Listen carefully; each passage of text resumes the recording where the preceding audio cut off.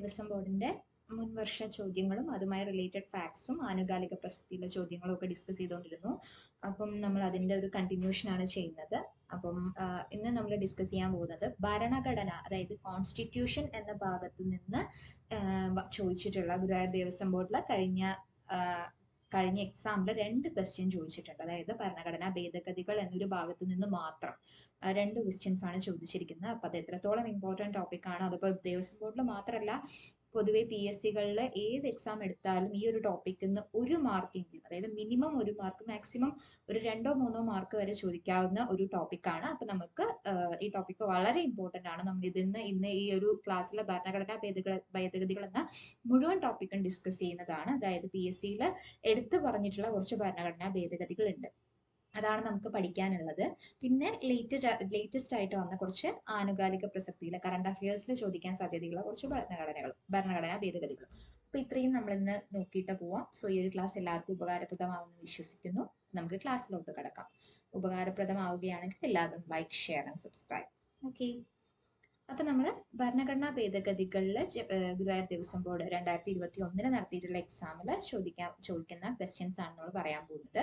അപ്പൊ അതിൽ ആദ്യം ചോദിച്ചിട്ടുള്ള ക്വസ്റ്റ്യൻ എന്ന് പറയുന്നത് ഇന്ത്യൻ ഭരണഘടനാ ഭേദഗതി ചെയ്യുന്നത് ഏത് വകുപ്പ് അനുസരിച്ചാണ്? അതായത് ഒരു ആർട്ടിക്കിൾ മെൻഷൻ ചെയ്തിട്ടുണ്ട് ഭരണഘടനയിൽ, ഇതിലെ ഏത് വകുപ്പ് അനുസരിച്ചാണ് ഇന്ത്യൻ ഭരണഘടന ഭേദഗതി ചെയ്യുന്നത്?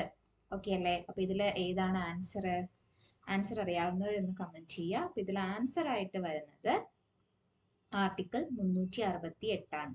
ഓക്കെ, അപ്പൊ ഇതിൽ ആൻസർ ആയിട്ട് വരുന്നത് ആർട്ടിക്കിൾ 368 ആണ്. ആർട്ടിക്കിൾ 368 പ്രകാരമാണ് ഇന്ത്യൻ ഭരണഘടന ഭേദഗതി ചെയ്യുന്നത്. ഓക്കെ അല്ലേ? അപ്പൊ എവിടെയാണ്, ഏത് ഭാഗത്താണ് പരാമർശിച്ചിട്ടുള്ളത് ചോദിച്ചു കഴിഞ്ഞാൽ ഭാഗം 20, ഇന്ത്യൻ ഭരണഘടനയിലെ ഭാഗം 20-ലാണ് പരാമർശിച്ചിട്ടുള്ളത്. ആർട്ടിക്കിൾ 368 പ്രകാരമാണ് ഇന്ത്യൻ ഭരണഘടന ഭേദഗതി ചെയ്യുന്നത്. ഇനി ഭരണഘടനാ ഭേദഗതി എന്ന ആശയം നമ്മൾ കടമെടുത്തിരിക്കുന്നത്, നമുക്കറിയാം നമ്മുടെ ഭരണഘടനയിലെ എല്ലാ ആശയങ്ങളും നമ്മൾ ഓരോ ഭാഗത്തു നിന്ന് കടമെടുത്തിട്ടുള്ളതാണ് അല്ലെ. അങ്ങനെ ഭരണഘടനാ ഭേദഗതി എന്ന ആശയം നമ്മൾ കടമെടുത്തത് ദക്ഷിണാഫ്രിക്കയിൽ നിന്നാണ്. ഓക്കെ, സൗത്ത് ആഫ്രിക്കയിൽ നിന്നാണ് ഭരണഘടനാ ഭേദഗതി എന്ന ആശയം നമ്മൾ കടമെടുത്തിട്ടുള്ളത്. ഇനി ആരാണ് ഈ ഭരണഘടനാ ഭേദഗതി ചെയ്യുന്നത്? പാർലമെന്റ് ആണ് ഭരണഘടന ഭേദഗതി ചെയ്യുന്നത്. അപ്പൊ ഇത്രയും കാര്യം നിങ്ങൾ അറിയണം. ഭാഗം 20-ലാണ് ഉൾപ്പെടുത്തിയിട്ടുള്ളത്. ആർട്ടിക്കിൾ 368 പ്രകാരമാണ് ഇത് ഭരണഘടനാ ഭേദഗതി ചെയ്യുന്നത്. നമ്മൾ എവിടെ നിന്നാണ് കടമെടുത്തിരിക്കുന്നത്? ദക്ഷിണാഫ്രിക്കയിൽ നിന്നാണ് കടമെടുത്തത്. ആരാണ് ഭരണഘടന ഭേദഗതി ചെയ്യുന്നത്? പാർലമെന്റ് ആണ് ഭരണഘടന ഭേദഗതി ചെയ്യുന്നത്. ക്ലിയർ അല്ലേ? അപ്പൊ ഇത്രയും കാര്യങ്ങൾ നമ്മൾ പറഞ്ഞു. ഇനി അടുത്തതായിട്ട്, അതായത് ഒരു എക്സാമിലാണ് കേട്ടോ ഈ 2 ക്വസ്റ്റ്യൻ ചോദിച്ചിരിക്കുന്നത് നമ്മൾ ഈ ഭരണഘടനാ ഭേദഗതിന്ന്. അപ്പം അടുത്ത ക്വസ്റ്റ്യൻ എന്ന് പറയുന്നത് ഏത് ഭരണഘടനാ ഭേദഗതിയാണ് വിദ്യാഭ്യാസം മൗലികാവകാശങ്ങളിൽ ഉൾപ്പെടുത്തിയത്? വിദ്യാഭ്യാസം മൗലികാവകാശത്തിൽ ഉൾപ്പെടുത്തിയ ഭരണഘടനാ ഭേദഗതി ഏതാണെന്നാണ്. ഇത് കണ്ട് ടെൻഷൻ ആവേണ്ട ആവശ്യമില്ല, കാരണം നമുക്ക് ആകെ ഒരു 6 ഭരണഘടനാ ഭേദഗതിയോ മറ്റോ എടുത്തു പറഞ്ഞിട്ടുണ്ട് PSC-യുടെ സെക്ഷനിൽ. അതിന്നാണ് എപ്പോഴും ചോദ്യം ചോദിക്കാറുള്ളത്. അപ്പൊ അതിലുള്ള ഒരു ഭരണഘടനാ ഭേദഗതിയാണിത്. അപ്പൊ ഇതിൽ ഏതാണ് നമുക്കറിയാം അല്ലെ? 86-ാം ഭരണഘടനാ ഭേദഗതിയാണ് വിദ്യാഭ്യാസം മൗലിക അവകാശമാക്കി മാറ്റിയത്. ഇനി 86-ാം ഭരണഘടനാ ഭേദഗതിയെ കുറിച്ച് നമുക്ക് പറയാം. 86-ാം ഭരണഘടനാ ഭേദഗതി വന്നത് 2002-ലാണ്. ഓക്കെ, 2002-ലാണ് 82-ാം ഭരണഘടനാ ഭേദഗതി പുറപ്പെടുവിച്ചത്. അപ്പം ഈ വിദ്യാഭ്യാസം മൗലിക അവകാശമാക്കി മാറ്റി എന്ന് പറയുമ്പോൾ ഏത് ആർട്ടിക്കിൾ ആണെന്ന് എപ്പോഴും ചോദിക്കാറുണ്ട്. Article 21A. ഈ ആർട്ടിക്കിൾ 21A എന്ന് പറയുമ്പോൾ ആർട്ടിക്കിൾ 21 നമുക്കറിയാം അല്ലെ, മൗലികാവകാശം, right to life and personal liberty ആണ് ആർട്ടിക്കിൾ 21. അതിൽ അമെൻഡ് ചെയ്ത് നമ്മൾ റൈറ്റ് ടു എഡ്യൂക്കേഷൻ കൂട്ടിച്ചേർത്തു. അതാണ് ആർട്ടിക്കിൾ 21A. അപ്പൊ മുന്നേ എഡ്യൂക്കേഷൻ ഏതിലായിരുന്നു കിടന്നിട്ടുണ്ടായിരുന്നത്? എഡ്യൂക്കേഷൻ കിടന്നിട്ടുണ്ടായിരുന്നത് directive principle of state policy, അതായത് DPSP-യിലായിരുന്നു എഡ്യൂക്കേഷൻ ഉണ്ടായിരുന്നത്. അതിനെ നമ്മൾ മൗലികാവകാശങ്ങളിലോട്ട് എടുത്ത് മാറ്റിയത് ഏത് ഭരണഘടനാ ഭേദഗതി പ്രകാരമാണ്? 82-ാം ഭരണഘടനാ ഭേദഗതി പ്രകാരമാണ്. സോ ആർട്ടിക്കിൾ 45-ൽ ഉണ്ടായിരുന്ന എഡ്യൂക്കേഷനെ നമ്മൾ ആർട്ടിക്കിൾ 45-ൽ ഉണ്ടായിരുന്ന നമ്മുടെ ഭരണഘടനാ ഭേദഗതിയെ നമ്മൾ ആർട്ടിക്കിൾ 21A-യിലോട്ട് കൊണ്ടുവന്നത് ഏത് ഭരണഘടനാ ഭേദഗതി പ്രകാരമാണ്? 86-ാം ഭരണഘടനാ ഭേദഗതി പ്രകാരമാണ്. അപ്പൊ ഇത്രയും കാര്യങ്ങൾ ക്ലിയർ അല്ലേ? 86-ാം ഭരണഘടനാ ഭേദഗതി നടന്ന സമയത്ത് ഉള്ള പ്രസിഡന്റും പ്രൈം മിനിസ്റ്ററും ആരാന്നുള്ളത് നമുക്ക് അറിയണം. ആ സമയത്ത് പ്രസിഡന്റ് എന്ന് പറയുന്നത് AB വാജ്പേയി ആയിരുന്നു. പ്രൈം മിനിസ്റ്റർ എന്ന് പറയുന്നത് AB വാജ്പേയി ആയിരുന്നു. പ്രസിഡന്റ് എന്ന് പറയുന്നത് APJ അബ്ദുൽ കലാം ആണ്. ഓക്കെ അല്ലേ? Prime minister was AB Vajpayee and president is APJ Abdul Kalam. Okay ആണോ? So PM is AB Vajpayee and president is APJ Abdul Kalam. അപ്പൊ നമ്മൾക്ക് ഇത് ആലോചിച്ച് വെക്കാനായിട്ട് നമുക്കറിയാലോ, APJ എന്ന് പറയുന്നത് ഭയങ്കര എഡ്യൂക്കേറ്റഡ് ആയിട്ടുള്ള സയന്റിസ്റ്റ് ആയിട്ടുണ്ടായിരുന്ന ഒരു നമ്മുടെ പ്രസിഡന്റ് ആണ്. ഇപ്പോഴും നമ്മൾ ഗ്രേറ്റ് ആയിട്ട് കണക്കാക്കുന്ന ഒരു പ്രസിഡന്റ് ആണ്.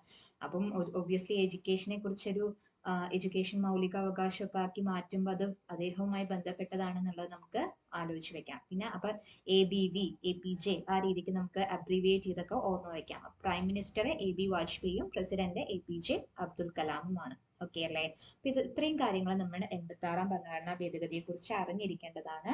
2002 ഡിസംബർ 12-നാണ് 86-ാം ഭരണഘടനാ ഭേദഗതി നിലവിൽ വന്നത്. ഓക്കെ അല്ലേ? അപ്പോൾ വിദ്യാഭ്യാസം മൗലികാവകാശമാക്കി മാറ്റിയ ഭരണഘടനാ ഭേദഗതി 86-ാം ഭരണഘടനാ ഭേദഗതിയാണ്. അതുമായി ബന്ധപ്പെട്ട ആർട്ടിക്കിൾ 21A ആണ്. അതായത് മുന്നേ DPSPയിൽ കടന്നിട്ടുണ്ടായിരുന്ന ആർട്ടിക്കിൾ 45-ൽ ഉണ്ടായിരുന്ന എഡ്യൂക്കേഷനെ ആർട്ടിക്കിൾ 21A ആക്കി മാറ്റി. 2002 ഡിസംബർ 12-നാണ് ഇത് നിലവിൽ വന്നത്. ആ സമയത്ത് പ്രൈം മിനിസ്റ്റർ AB വാജ്പേയിയും പ്രസിഡന്റ് APJ അബ്ദുൽ കലാമുമാണ്. 86-ാം ഭരണഘടനാ ഭേദഗതിയെ കുറിച്ചുള്ള കാര്യങ്ങൾ നമ്മൾ പറഞ്ഞു അല്ലേ? ഇനി നമുക്ക് ഇതുപോലെ കുറച്ച് ഭരണഘടനാ ഭേദഗതികൾ എടുത്ത് നമ്മുടെ സിലബസിൽ പറഞ്ഞിട്ടുണ്ട്. ആ ഭരണഘടനാ ഭേദഗതികളെ കുറിച്ച് നമുക്ക് നോക്കണം.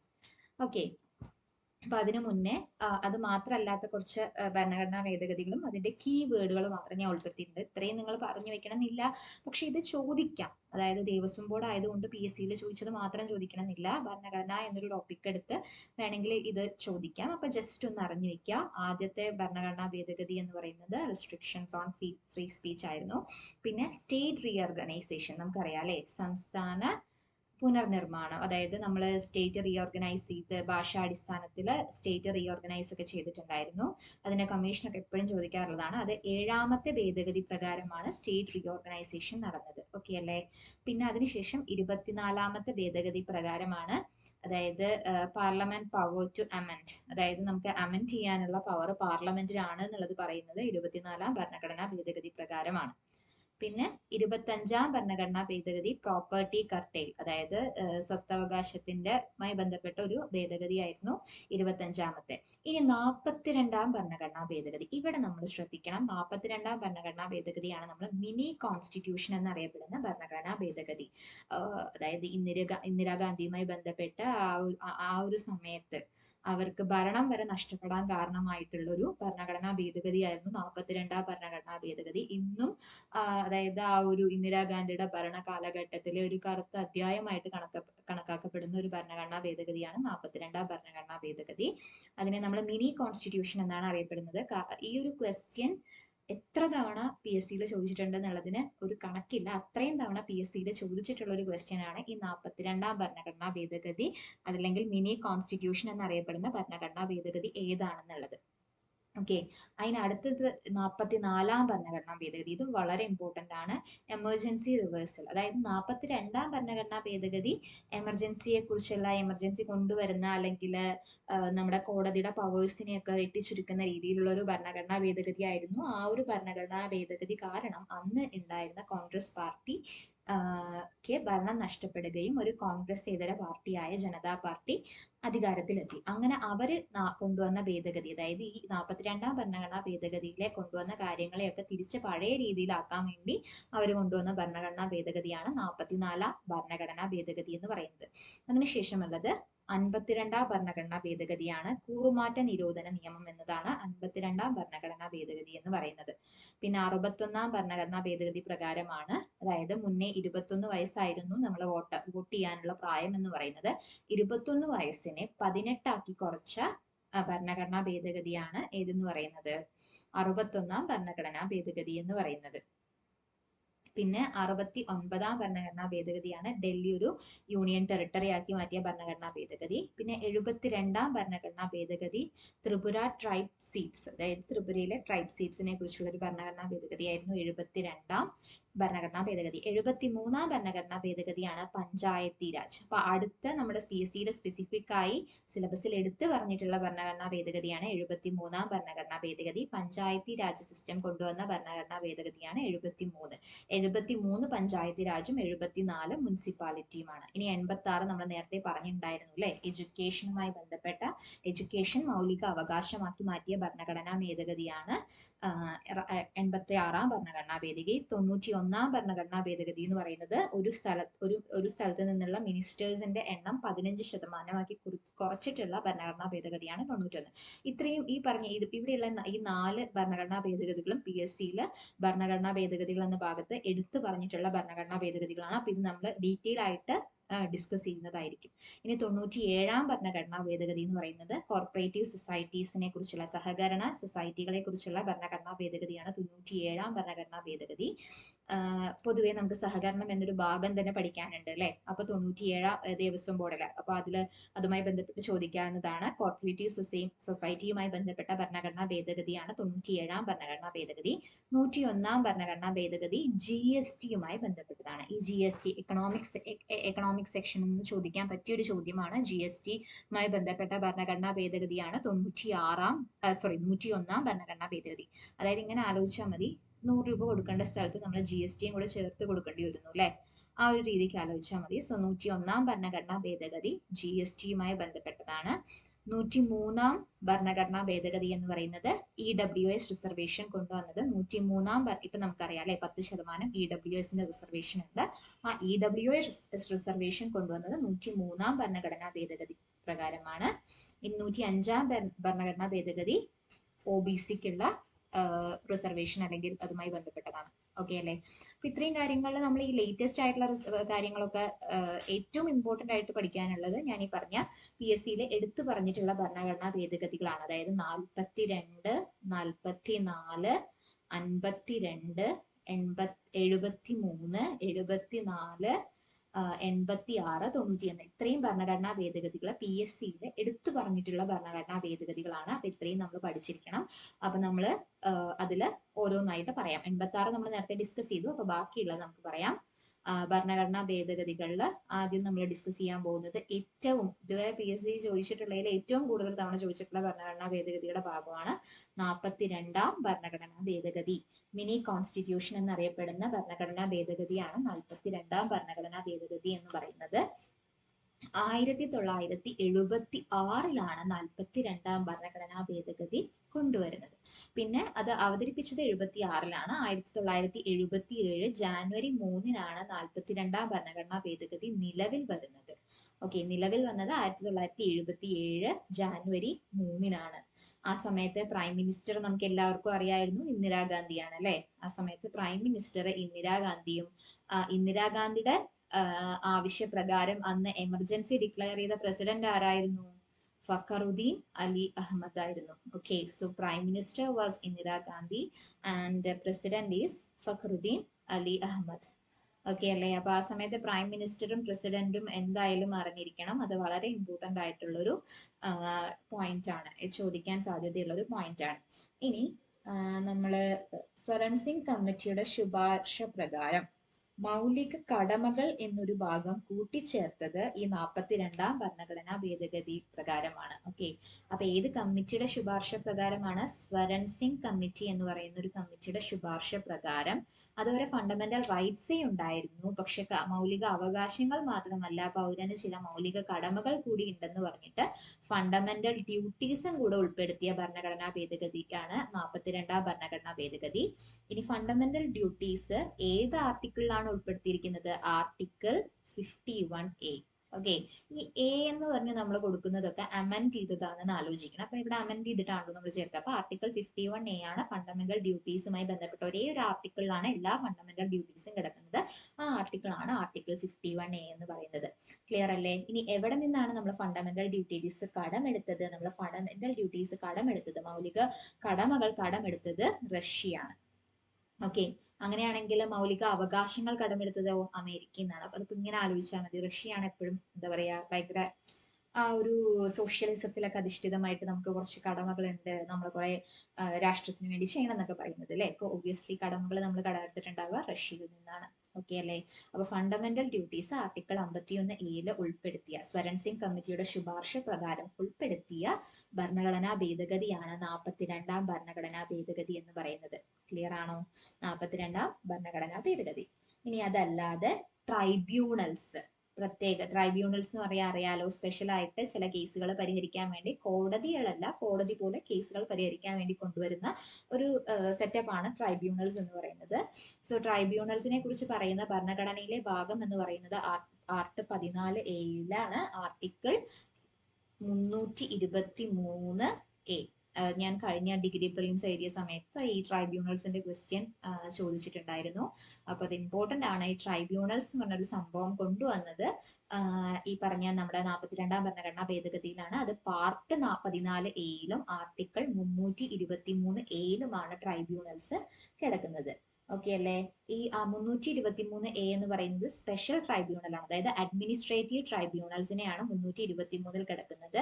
അതല്ലാതെയുള്ള മറ്റു tribunals 323B okay. Administrative A അല്ലെ, രണ്ടും എ ആണ്. ആ രീതിക്ക് ആലോചിച്ചാൽ മതി. അഡ്മിനിസ്ട്രേറ്റീവ് ട്രൈബ്യൂണൽസ് ആർട്ടിക്കിൾ 323A മറ്റു ട്രൈബ്യൂണലുകൾ ആർട്ടിക്കിൾ 323B. പിന്നെ ഇത് ഒരുപാട് നമ്മൾ പറഞ്ഞു അല്ലെ, ഒരുപാട് പ്രതിഷേധങ്ങൾ നേരിട്ട ഒരു ഭരണഘടനാ ഭേദഗതിയാണ്. അപ്പൊ എന്തുകൊണ്ടായിരിക്കും അത് പ്രതിഷേധങ്ങൾ നേരിട്ടിട്ടുണ്ടാവുക? അതിന് ഒരുപാട് കാരണങ്ങളുണ്ട്. അതായത് ലോക്സഭയുടെ കാലാവധി എത്രയാ? ലോക്സഭയുടെ കാലാവധി ഇപ്പൊ ലോക്സഭയുടെ കാലാവധി എന്ന് പറയുന്നത്, ലോക്സഭയുടെ ആയാലും രാജ്യസഭയുടെ ആയാലും കാലാവധി 5 വർഷമാണ് അല്ലെ. ഈ 5 വർഷം ഉള്ളത് 6 വർഷമാക്കി മാറ്റിയ ഭരണഘടനാ ഭേദഗതിയാണ് ഇതെന്ന് പറയുന്നത് 42ാം ഭരണഘടനാ ഭേദഗതി. അത് മാത്രമാണോ? പ്രാദേശിക അടിയന്തരാവസ്ഥ, അതായത് ഒരു സ്ഥലത്ത് സ്പെഷ്യൽ ആയിട്ട് പ്രാദേശിക അടിയന്തരാവസ്ഥ കൊണ്ടുവരാം എന്ന് പറഞ്ഞ ഭരണഘടനാ ഭേദഗതി കൂടിയാണ്. അതുപോലെ സ്റ്റേറ്റ് ലിസ്റ്റിൽ ഉണ്ടായിരുന്ന 5 വിഷയങ്ങളെ കൺകറന്റ് ലിസ്റ്റിലോട്ട് മാറ്റി. അതായത് സ്റ്റേറ്റ്, നമുക്കറിയാം നമുക്ക് 3 ലിസ്റ്റ് ഉണ്ട് അല്ലെ, state list, central list and concurrent list. അപ്പൊ അതിൽ സ്റ്റേറ്റ് ലിസ്റ്റിൽ ഉണ്ടായിരുന്ന, അതായത് സ്റ്റേറ്റിന്റെ അധികാരപരിധിയിൽ ഉണ്ടായിരുന്ന 5 വിഷയങ്ങളെ കൺകറന്റ് എന്ന് പറയുമ്പോൾ അതിൽ സെന്ററിനും സ്റ്റേറ്റിനും തുല്യ അധികാരമുള്ളതാണ് കൺകറന്റ് എന്ന് പറയുന്നത്. അപ്പൊ കൺകറന്റിലോട്ട് മാറ്റി. അപ്പൊ ഏതൊക്കെയാണ് 5 വിഷയം? വിദ്യാഭ്യാസം, വനം, അളവ് തൂക്കം, വന്യജീവി, നീതിന്യായം. ഓക്കെ. വിദ്യാഭ്യാസം, വനം, അളവ് തൂക്കം, വന്യജീവി, നീതിന്യായം. ഓക്കെ അല്ലേ. അപ്പൊ ഇത്രയും നമ്മുടെ സ്റ്റേറ്റ് ലിസ്റ്റിൽ ഉണ്ടായിരുന്നതാണ്. അതിനെ ഏതിലോട്ട് മാറ്റി? നമ്മുടെ കൺകറന്റ് ലിസ്റ്റിലോട്ട് മാറ്റി. അപ്പൊ ഇതിൽ ഏത് വേണമെങ്കിലും എടുത്ത് ചോദിക്കാം. അതായത് വിദ്യാഭ്യാസത്തിനെ സ്റ്റേറ്റ് ലിസ്റ്റിൽ നിന്ന് കൺകറന്റ് ലിസ്റ്റിലോട്ട് മാറ്റിയ ഭരണഘടനാ ഭേദഗതി ഏതാണ് എന്ന് ചോദിച്ചു കഴിഞ്ഞാൽ ഇതാ 42ാം ഭരണഘടനാ ഭേദഗതിയാന്ന് നമുക്കറിയണം. ഇതുപോലെ വനം എന്നൊരു സെക്ഷനെ സ്റ്റേറ്റ് ലിസ്റ്റിൽ നിന്ന് കൺകറന്റ് ലിസ്റ്റിലോട്ട് എടുത്ത് മാറ്റിയത് ഏത് ഭരണഘടനാ ഭേദഗതി പ്രകാരമാണ് എന്നൊക്കെ ചോദിക്കാം അല്ലെ. അപ്പൊ അങ്ങനെ ചോദിക്കുന്ന സമയത്ത് അതൊക്കെ ഏത് ഭരണഘടനാ ഭേദഗതി പ്രകാരമാണ്? ഈ പറയുന്ന 42ാം ഭരണഘടനാ ഭേദഗതി പ്രകാരമാണ്. ഓക്കെ അല്ലേ. അപ്പോ 5 വിഷയങ്ങളെ സ്റ്റേറ്റ് ലിസ്റ്റിൽ നിന്ന് കൺകറന്റ് ലിസ്റ്റിലോട്ട് എടുത്ത് മാറ്റിയ ഭരണഘടനാ ഭേദഗതിയാണ് ഏതെന്ന് പറയുന്നത്? 42ാം ഭരണഘടനാ ഭേദഗതി എന്ന് പറയുന്നത്. പിന്നെ പുതിയതായിട്ട് കൂട്ടിച്ചേർത്തത്, അതല്ലാതെ നമുക്ക് അത് പറയുന്നതിന് മുന്നേ സംസ്ഥാന അടിയന്തരാവസ്ഥ, ഒരു സംസ്ഥാന അടിയന്തരാവസ്ഥ നമ്മൾ പ്രഖ്യാപിക്കുമ്പോൾ അത് എപ്പോഴും ഒരു 6 മാസ കാലാവധിക്കാണ് നമ്മൾ പ്രഖ്യാപിക്കുന്നത്. പക്ഷെ സംസ്ഥാന അടിയന്തരാവസ്ഥ 6 മാസത്തിൽ നിന്ന് 1 വർഷത്തിലോട്ട് നീട്ടി. അതായത് 6 മന്ത്സിൽ നിന്ന് ഒരു 1 ഇയറിലോട്ട് നീട്ടി. ഓക്കെ അല്ലേ. അടിയന്തരാവസ്ഥ സമയത്ത് നമുക്ക് മൗലിക അവകാശങ്ങളൊന്നും സംരക്ഷിക്കപ്പെടണം അങ്ങനെയൊന്നുമില്ല അല്ലെ. ഗവൺമെന്റിന് പരമാധികാരം കൊടുക്കുന്ന ഒരു കാലഘട്ടമാണ് അടിയന്തരാവസ്ഥ എന്ന് പറയുന്നത്. അപ്പൊ സംസ്ഥാന അടിയന്തരാവസ്ഥ 6 മാസത്തെ കാലാവധിയിൽ നിന്ന് 1 വർഷത്തെ കാലാവധിയാക്കി മാറ്റി. പിന്നെ ഈ ഇത് പ്രകാരമാണ്, ഈ 42ാം ഭരണഘടനാ ഭേദഗതി പ്രകാരമാണ് സോഷ്യലിസം, സെക്യുലർ എന്ന് പറയുന്ന, അതായത് സോഷ്യലിസവും മതേതരത്വം എന്ന് പറയുന്ന 2 ടേംസ് ഭരണഘടനയുടെ ആമുഖത്തിൽ കൂട്ടിച്ചേർത്തത്. ഓക്കെ അല്ലേ? അപ്പൊ ആമുഖം ഭേദഗതി ചെയ്ത ആദ്യത്തെ ഭരണഘടനാ ഭേദഗതിയാണ്. സോഷ്യലിസം, സെക്യുലാർ എന്നീ രണ്ട് ടേംസ് നമ്മൾ ഭരണഘടനയുടെ ആമുഖത്തിൽ കൂട്ടിച്ചേർത്ത ഭരണഘടനാ ഭേദഗതിയാണ് 42ാം ഭരണഘടനാ ഭേദഗതി എന്ന് പറയുന്നത്. അപ്പൊ നമ്മൾ പറഞ്ഞു ഈ ലിസ്റ്റുകൾ എന്ന് പറയുന്നത് ഭരണഘടന 7ാം പട്ടികയിൽ പെടുന്നതാണ്. അപ്പൊ ലിസ്റ്റുകളിൽ നമ്മൾ മാറ്റം വരുത്തിയില്ലേ? സ്റ്റേറ്റ് ലിസ്റ്റ് നിന്ന് കൺകറന്റ് ലിസ്റ്റിലാക്കിയില്ലേ? അപ്പൊ ഏത് പട്ടികയിലാണ് ഈ ഭേദഗതി മാറ്റം വരുത്തിയത്? 7ാം പട്ടികയിലാണ് നമ്മുടെ 42ാം ഭരണഘടനാ ഭേദഗതി മാറ്റം കൊണ്ടുവന്നത്. അപ്പൊ ഇത്രയും കാര്യങ്ങൾ ക്ലിയർ ആണോ? പിന്നെ അതല്ലാതെ രണ്ട് പുതിയ ആർട്ടിക്കിൾസ് കൊണ്ടുവന്നു. Article 39A article 48A. Article 39A എന്ന് പറയുന്നത് തുല്യനീതി, സൗജന്യ നിയമസഹായം, അതായത് ആ ഒരു സെക്ഷനെ കൈകാര്യം ചെയ്യുന്നത്. അതായത് ഇപ്പൊ നമ്മൾക്ക് ഒരു വക്കീലിനെ നമ്മൾക്ക് പൈസ കൊടുത്ത് വെക്കാൻ കഴിയില്ല എന്നുണ്ടെങ്കിൽ നമുക്ക് കോടതി തന്നെ അല്ലെങ്കിൽ ഗവൺമെന്റ് തന്നെ ഒരു വക്കീലിനെ വെച്ചു തരും അല്ലെ? സൗജന്യമായിട്ട് നിയമസഹായം നമുക്ക് ചെയ്തു തരും. അപ്പൊ തുല്യനീതിക്കും സൗജന്യ നിയമസഹായത്തിനുമുള്ള ആർട്ടിക്കിൾ ആണ് ഇതെന്ന് പറയുന്നത് ആർട്ടിക്കിൾ 39A. ഇനി ആർട്ടിക്കിൾ 48A എന്ന് പറയുന്നത് വനം വന്യജീവിയുമായി ബന്ധപ്പെട്ടിട്ടുള്ള ആർട്ടിക്കിൾ ആണ്. അപ്പോ ഈ വനം വന്യജീവി ഇത് നമ്മളിപ്പോ കോൺസ്റ്റിറ്റ്യൂഷന്റെ ഭാഗത്ത് നോക്കിയില്ലെങ്കിൽ കൂടെ പരിസ്ഥിതി സംരക്ഷണം പറഞ്ഞ് നമ്മൾക്ക് ദേവസ്വം ബോർഡിലെ ക്വസ്റ്റ്യൻസ് ഉണ്ട് അല്ലെ? അപ്പൊ ആ ഭാഗത്തുനിന്ന് ചോദിക്കാം. വനം വന്യജീവി സംരക്ഷണവുമായി ബന്ധപ്പെട്ട ഭരണഘടനയിലെ ആർട്ടിക്കിൾ ഏതാണ്? 48A ആണ്. ഈ 48A ഉൾപ്പെടുത്തിയത് ഏത് ഭരണഘടനാ ഭേദഗതി പ്രകാരമാണ്? 42ാം ഭരണഘടനാ ഭേദഗതി പ്രകാരമാണ്. അപ്പോൾ മിനി കോൺസ്റ്റിറ്റ്യൂഷൻ എന്നറിയപ്പെടുന്ന 42ാം ഭരണഘടനാ ഭേദഗതിയിലെ എല്ലാ പോയിന്റ്സും നമ്മൾ കവർ ചെയ്തിട്ടുണ്ട്. ക്ലിയർ അല്ലേ? അപ്പൊ എന്തൊക്കെയായിരുന്നു നമ്മൾ പറഞ്ഞത്? 1976 കൊണ്ടുവന്നത്. 1977 ജാനുവരി 3 നിലവിൽ വന്നു. ആ സമയത്ത് പ്രൈം മിനിസ്റ്റർ ഇന്ദിരാഗാന്ധിയും പ്രസിഡന്റ് ഫക്രുദ്ദീൻ അലി അഹമ്മദുമായിരുന്നു. നമ്മൾ സ്വരൺ സിംഗ് കമ്മിറ്റിയുടെ ശുപാർശ പ്രകാരം ഫണ്ടമെന്റൽ ഡ്യൂട്ടീസ് എന്നൊരു ഭാഗം, അതായത് മൗലിക കടമകൾ കൂട്ടിച്ചേർത്തു ആർട്ടിക്കിൾ 51A. ഇത് നമ്മൾ കടമെടുത്തത് റഷ്യയിൽ നിന്നാണ്. പിന്നെ ട്രൈബ്യൂണൽസ്, സ്പെഷ്യൽ കോടതികൾ ആണ് ട്രൈബ്യൂണൽസ്. അപ്പൊ പാർട്ട് 14A ട്രൈബ്യൂണൽസ് ഉൾപ്പെടുത്തി. ആർട്ടിക്കിൾ 323A അഡ്മിനിസ്ട്രേറ്റീവ് ട്രൈബ്യൂണലും 323B മറ്റ് ട്രൈബ്യൂണൽസുമാണ്. പിന്നെ ലോക്സഭയുടെ കാലാവധി 5 വർഷത്തിൽ നിന്ന് 6 വർഷത്തിലോട്ടാക്കി. സ്റ്റേറ്റ് ലിസ്റ്റിൽ ഉണ്ടായിരുന്ന 5 വിഷയങ്ങളെ വിദ്യാഭ്യാസം, വനം, അളവ് തൂക്കം, വന്യജീവി, നീതിന്യായത്തിനെ എടുത്ത് കൺകറന്റ് ലിസ്റ്റിലോട്ട് മാറ്റി. അപ്പൊ ഈ ലിസ്റ്റുകൾ ഏത് പട്ടികയാണ്? 7ാം പട്ടികയാണ്. അപ്പൊ 7ാം പട്ടികയിൽ മാറ്റം വരുത്തിയ ഭരണഘടനാ ഭേദഗതിയാണ് 42ാം ഭരണഘടനാ ഭേദഗതി. അപ്പം ഈ 42 എന്ന് പറയുന്നത് 7ന്റെ മൾട്ടിപ്പിൾ ആണെന്നോ 7മായി ബന്ധമുണ്ടെന്നോ അങ്ങനെ എന്തെങ്കിലും ആലോചിച്ച് വെച്ച് കഴിഞ്ഞാൽ 7ാം പട്ടികയായിട്ട് കണക്ട് ചെയ്യാൻ കുറച്ചുകൂടെ എളുപ്പമായിരിക്കും. ഓക്കെ, അപ്പൊ 6 മാസത്തിൽ നിന്ന് ഒരു വർഷമായിട്ട്, അതായത് സ്റ്റേറ്റ് എമർജൻസി 6 മാസ കാലാവധിയിൽ നിന്ന് 1 വർഷമാക്കി കൂട്ടി. സോഷ്യലിസം, സെക്യുലാർ എന്നീ രണ്ട് പദങ്ങള് നമ്മുടെ ഭരണഘടനയുടെ ആമുഖത്തിൽ കൂട്ടിച്ചേർത്ത ഭരണഘടനാ ഭേദഗതിയാണ്. 7ാം പട്ടികയിലാണ് മാറ്റം വരുത്തിയത്. പിന്നെ ആർട്ടിക്കിൾ 39A, അതായത് തുല്യനീതി, സൗജന്യ നിയമസഹായം എന്നതും ആർട്ടിക്കിൾ 48A വനം വന്യജീവി എന്നതും ഉൾപ്പെടുത്തിയത് ഏത് ഭരണഘടനാ ഭേദഗതി പ്രകാരമാണ്? 42ാം ഭരണഘടനാ ഭേദഗതി പ്രകാരമാണ്. അപ്പൊ ഇത്രയും ക്ലിയർ അല്ലേ? ഇനി നമുക്ക് അടുത്തത് നോക്കാനുള്ളത് 44ാം ഭരണഘടനാ ഭേദഗതിയാണ്. അപ്പൊ ഇതിനെയൊക്കെ റിവേഴ്സ് ചെയ്ത ഭരണഘടനാ ഭേദഗതിയാണ് ഏതെന്ന് പറയുന്നത്? 44ാം ഭരണഘടനാ ഭേദഗതി എന്ന് പറയുന്നത്. അപ്പൊ ഇത് 1976 പുറപ്പെടുവിച്ച് 77 ജാനുവരി 3 നിലവിൽ വന്നു എന്ന് പറഞ്ഞു അല്ലെ? അപ്പൊ ഇതിന്റെ തൊട്ടടുത്ത വർഷം, അതായത് 77 കഴിഞ്ഞ് 78 ഇത് വരുന്നത് 44ാം ഭരണഘടനാ ഭേദഗതി. അതായത് നമ്മുടെ ജനതാ പാർട്ടി വന്നു, അവർ കൊണ്ടുവന്ന ഭരണഘടനാ ഭേദഗതിയാണ് 44ാം ഭരണഘടനാ ഭേദഗതി എന്ന് പറയുന്നത്. ഓക്കെ അല്ലേ? അപ്പൊ ഈ 44ാം ഭരണഘടനാ ഭേദഗതി 1978 വന്നത്. പക്ഷെ നിലവിൽ വന്നത് എപ്പോഴാണ്? 1979 ഏപ്രിൽ 30. ഓക്കെ, നിലവിൽ വന്നത് 1979 ഏപ്രിൽ 30, അതായത് അതിന്റെ തൊട്ടടുത്ത വർഷം ഏപ്രിൽ 30 നിലവിൽ വന്നത്.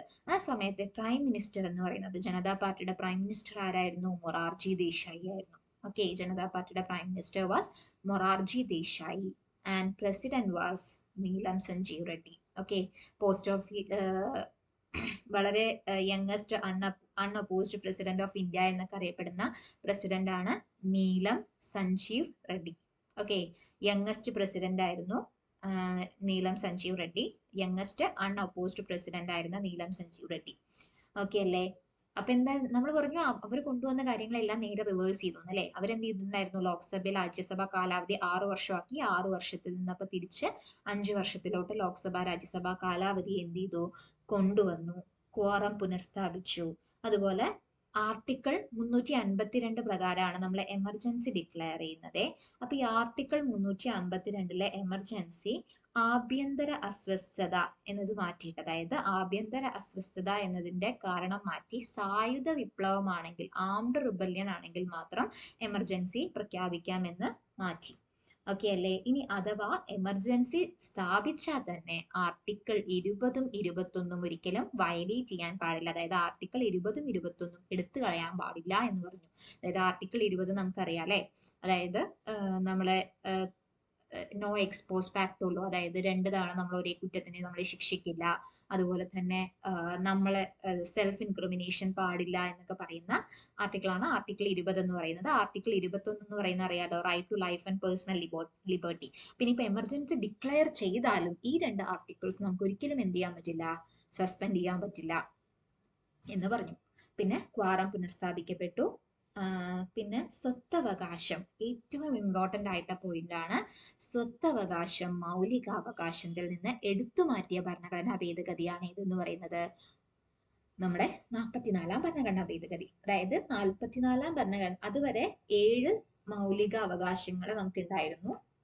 പക്ഷെ 44ാം ഭരണഘടനാ ഭേദഗതി സ്വത്തവകാശത്തിനെ എന്ത് ചെയ്തു, മൗലിക അവകാശം അല്ല എന്ന് പറഞ്ഞു. അപ്പൊ സ്വത്തവകാശം മൗലിക അവകാശം അല്ലാതെയായ ഭരണഘടനാ ഭേദഗതിയാണ് ഇതെന്ന് പറയുന്നത് 44ാം ഭരണഘടനാ ഭേദഗതി. ഓക്കെ അല്ലേ? അപ്പോ ആർട്ടിക്കിൾ 358 പ്രകാരം ആർട്ടിക്കിൾ 19 നമുക്കൊരു 6 അവകാശങ്ങൾ പറഞ്ഞിട്ടുണ്ട് അല്ലെ. ആർട്ടിക്കിൾ 358 പ്രകാരം നമ്മൾക്ക് ആർട്ടിക്കിൾ 19 6 മൗലിക അവകാശങ്ങൾ പറഞ്ഞതിനെ പക്ഷെ ആ സമയത്ത് പിരിച്ചുവിടാം. ആർട്ടിക്കിൾ 20ഉം 21ഉം ഒരിക്കലും പിരിച്ചുവിടാൻ പറ്റില്ല. പക്ഷെ ആർട്ടിക്കിൾ 358 പ്രകാരം ഈ ആർട്ടിക്കിൾ 19 പറയുന്ന മൗലികാവകാശങ്ങളെ നമുക്ക് എന്ത് ചെയ്യാം, പിരിച്ചുവിടാമെന്ന് കൂടി ഉണ്ട്. ഓക്കെ അല്ലേ? അപ്പൊ ആർട്ടിക്കിൾ 352 എമർജൻസി, ആർട്ടിക്കിൾ 358 എമർജൻസി സമയത്ത് ആർട്ടിക്കിൾ 19 പറയുന്ന നമ്മുടെ മൗലികാവകാശങ്ങളെ പിരിച്ചുവിടാം എന്ന് പറയുന്ന ആർട്ടിക്കിളാണ് ആർട്ടിക്കിൾ 358. പിന്നെ എമർജൻസി ഡിക്ലെയർ ചെയ്യണമെങ്കിൽ 2 കാര്യങ്ങളാണുള്ളത്. ഒന്നില്ലെങ്കിൽ യുദ്ധം കാരണം എമർജൻസി ഡിക്ലെയർ ചെയ്യാം, അല്ലെങ്കിൽ എക്സ്റ്റേണൽ അഗ്രഷൻ. ഈ 2 റീസൺസ് കൊണ്ടേ എമർജൻസി ഡിക്ലെയർ ചെയ്യാൻ പാടുള്ളൂ എന്നുള്ളൊരു നിയമം കൂടെ കൊണ്ടുവന്നു. ഓക്കെ അല്ലേ?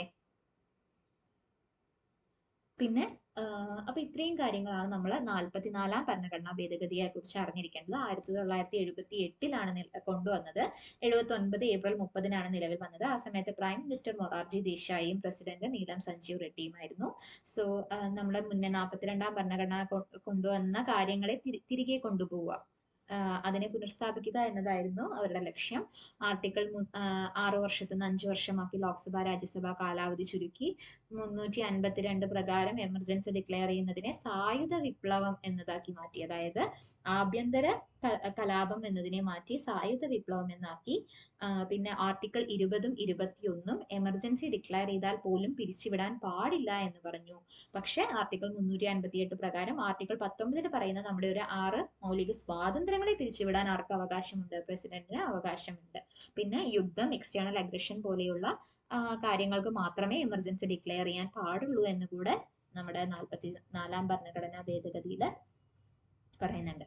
അതുപോലെ രാഷ്ട്രപതി, ഉപരാഷ്ട്രപതി, പ്രൈം മിനിസ്റ്റർ, ലോക്സഭ ഇവരുടെ തെരഞ്ഞെടുപ്പ് തർക്കങ്ങൾ പരിഹരിക്കാനുള്ള അവകാശം ആർക്കാണ്? സുപ്രീം കോടതിക്കാണെന്ന് കൂടെ പറയുന്ന ആർട്ടിക്കിളാണ് ആർട്ടിക്കിൾ 44. അപ്പൊ ഇതിൽ ഏറ്റവും ഇമ്പോർട്ടന്റ് ആയിട്ട് നമുക്ക് മനസ്സിലാക്കേണ്ട കാര്യം, സ്വത്തവകാശത്തെ മൗലിക അവകാശം അല്ലാതാക്കി മാറ്റിയ ഭരണഘടനാ ഭേദഗതിയാണ് ഇതെന്ന് പറയുന്നത് 44ാം ഭരണഘടനാ ഭേദഗതി എന്ന് പറയുന്നത്. ക്ലിയർ അല്ലേ? അപ്പൊ 44ാം ഭരണഘടനാ ഭേദഗതി നമ്മൾ പറഞ്ഞു. ഇനി അടുത്തത് 52ാം ഭരണഘടനാ ഭേദഗതി.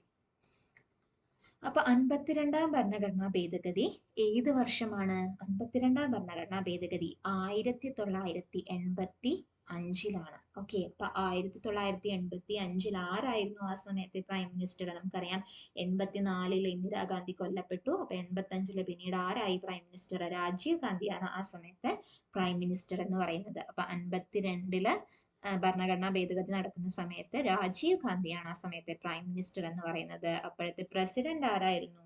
ഗ്യാനി സേത് സിംഗ് ആണ്. ഓക്കെ. പോസ്റ്റ് ഓഫീസ് ബില്ലിനൊക്കെ ഭയങ്കരമായിട്ട് പ്രസിദ്ധമായ വ്യക്തിയാണ് ഗ്യാനി സേത് സിംഗ്. അപ്പം ഗ്യാനി സേത് സിംഗ് പ്രസിഡന്റും പ്രൈം മിനിസ്റ്റർ ആരാണ്? രാജീവ് ഗാന്ധിയുമാണ്. ക്ലിയർ അല്ലേ? പിന്നെ ഈ നിയമത്തെ നമ്മൾ കൂറുമാറ്റ നിരോധന നിയമം എന്നാണ് പറയുന്നത്. ഓക്കെ. കൂറുമാറ്റ നിരോധന നിയമം കൊണ്ടുവന്ന ഭരണഘടനാ ഭേദഗതിയാണ് 52ാം ഭരണഘടനാ ഭേദഗതി. ഓക്കെ അല്ലേ? അപ്പൊ ഇതുമായി ബന്ധപ്പെട്ട ആർട്ടിക്കിൾ ഏതാണ്? ആർട്ടിക്കിൾ 102. അതായത് പാർലമെന്റ് അംഗങ്ങളെ കൂറുമാറിയാൽ അയോഗ്യരാക്കുന്ന ആർട്ടിക്കിളാണ് ആർട്ടിക്കിൾ 102 എന്ന് പറയുന്നത്. ഇനി ഇതേ ആർട്ടിക്കിൾ നമ്മുടെ സംസ്ഥാന സ്റ്റേറ്റ് ലെജിസ്ലേച്ചറിൽ കൂറുമാറിയാൽ ആണെങ്കിൽ അത് ആർട്ടിക്കിൾ 191 ഓക്കെ അല്ലേ? അപ്പൊ പാർലമെന്ററി അംഗങ്ങൾക്കാണെങ്കിൽ ആർട്ടിക്കിൾ 102 ഈ സ്റ്റേറ്റ് ലെജിസ്ലേച്ചറിലെ മെമ്പേഴ്സിനാണെങ്കിൽ ആർട്ടിക്കിൾ 191 ഓക്കെ അല്ലേ? ഈ ആർട്ടിക്കിൾസ് അറിഞ്ഞു വെക്കണം. കൂറുമാറ്റ നിരോധന നിയമം. അപ്പൊ ഇത് അയോഗ്യരാകും, അതായത് നമ്മൾ കൂറ് മാറിക്കഴിഞ്ഞു കഴിഞ്ഞാൽ അയോഗ്യതയെ കുറിച്ച് പറയുന്നതാണ് ഈ 52ാം ഭരണഘടനാ ഭേദഗതി എന്ന് പറയുന്നത്. ഈ 52ാം ഭരണഘടനാ ഭേദഗതി നമ്മള് പ്രകാരം ആദ്യമായിട്ട് അയോഗ്യനാക്കപ്പെട്ട വ്യക്തി എന്ന് പറയുന്നത് ലാൽ ദുഹോമയാണ്. മിസോറാംകാരനായ ലാൽ ദുഹോമ. ഓക്കെ അല്ലേ? ഇനി കേരളത്തിൽ ഇത്തരത്തിൽ അയോഗ്യനാക്കപ്പെട്ട വ്യക്തിയാണ് ബാലകൃഷ്ണപിള്ള. കൂറുമാറ്റ നിരോധന നിയമപ്രകാരം അയോഗ്യനാക്കപ്പെട്ട വ്യക്തിയാണ് ബാലകൃഷ്ണപിള്ള. ഇനി ഈ ഒരു ഭരണഘടനാ ഭേദഗതി 10ാം പട്ടികയിലാണ് മാറ്റം കൊണ്ടുവന്നത്. അപ്പൊ എത്രാമത്തെ പട്ടികയിലാണ് ഈ ഒരു ഭരണഘടനാ ഭേദഗതി മാറ്റം കൊണ്ടുവന്നത്? 10ാമത്തെ പട്ടികയിലാണ്. അപ്പൊ 52ാം ഭരണഘടനാ ഭേദഗതി 10ാം പട്ടികയിൽ മാറ്റം കൊണ്ടുവന്നു. ക്ലിയർ അല്ലേ? ഇത്രയും ക്ലിയർ ആണെന്ന് വിശ്വസിക്കുന്നു. അപ്പം ഇനി നമുക്ക് 52ാം ഭരണഘടനാ ഭേദഗതി പറഞ്ഞു. ഇനി നമ്മൾക്ക് 73ാം ഭരണഘടനാ ഭേദഗതിയാണ്. 73ാം ഭരണഘടനാ ഭേദഗതി. 73ാം ഭരണഘടനാ ഭേദഗതി എന്തിനെ കുറിച്ചാണ് പറയുന്നത്? പഞ്ചായത്തി രാജുമായി ബന്ധപ്പെട്ട ഭരണഘടനാ ഭേദഗതിയാണ് 73ാം ഭരണഘടനാ ഭേദഗതി എന്ന് പറയുന്നത്. പഞ്ചായത്തി രാജ് സിസ്റ്റവുമായി ബന്ധപ്പെട്ട ഭരണഘടനാ ഭേദഗതിയാണ് 73ാം ഭരണഘടനാ ഭേദഗതി. പഞ്ചായത്തി രാജ് ഭരണഘടനയുടെ ഏത് ഭാഗത്തിലാണെന്ന് ചോദിച്ചു കഴിഞ്ഞാൽ ഭാഗം 9ലാണ്. ഭാഗം 9 കൂട്ടിച്ചേർത്തത് ഈ 73ാം ഭേദഗതിയിലാണ്. ഓക്കെ അല്ലേ? ഭാഗം 9 കൂട്ടിച്ചേർത്തത് 73ാം ഭേദഗതിയാണ്. ഭാഗം 9ലാണ് പഞ്ചായത്തി രാജിനെ കുറിച്ച് പറയുന്നത്. അനുച്ഛേദം ഏത് ആർട്ടിക്കിൾ തൊട്ട് ഏത് ആർട്ടിക്കിൾ വരെയാണ്? ആർട്ടിക്കിൾ 243 തൊട്ട് ആർട്ടിക്കിൾ 243 വരെയുള്ള 16 ആർട്ടിക്കിൾസ് കൂട്ടിച്ചേർത്തത് 73ാം ഭേദഗതിയിലാണ്.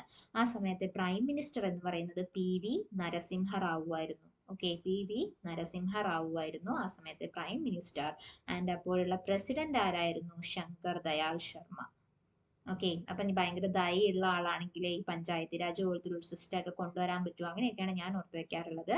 അപ്പം ശങ്കർ ദയാൽ ശർമ്മ ആയിരുന്നു ആ സമയത്തെ പ്രസിഡന്റ് എന്ന് പറയുന്നത്.